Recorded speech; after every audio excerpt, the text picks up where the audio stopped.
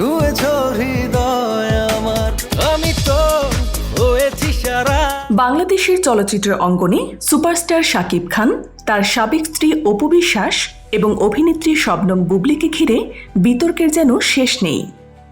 শাকিব ও অপুর প্রায় 9 বছরের সংসার ভেঙে যাওয়ার পর বুবলির সঙ্গে সম্পর্কে জড়ান তিনি। দুই সম্পর্ক থেকেই তার দুটি সন্তান রয়েছে এবং উভয়ের প্রতি পিতৃত্বের দায়িত্ব পালন করে চলেছেন নায়ক। তবে অপু বিশ্বাস ও বুবলির মধ্যকার সম্পর্ক যে বরাবরই তিক্ত, তা বাংলাদেশি সংবাদ মাধ্যমে বহুবার উঠে এসেছে। সম্প্রতি ঈদকে ঘিরে একাধিক টিভি অনুষ্ঠানে সাক্ষাৎকারে অংশ নিয়েছেন এই দুই অভিনেত্রী। এক টিভি অনুষ্ঠানে অপু বলেন, আসলে ওকে আমি ঘৃণা করি। এক বাক্যে বললাম, ওর নাম নিতে আমার ব্যক্তিত্বে বাধে। এই শব্দটা ভাইরাল হবে, তবু আমি বলছি। আমি জানতে চাই না উনি আমাকে নিয়ে কি বললেন। তিনি আরও যোগ করেন, ইংরেজিতে বললে হয়তো হেড শব্দটা আরও স্মার্ট শোনায়।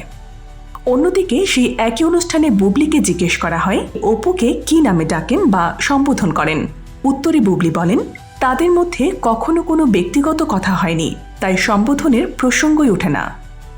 এই দুইজনের মাঝে সম্পর্কের বরফ গলেছে কিনা তা এখনও স্পষ্ট নয়।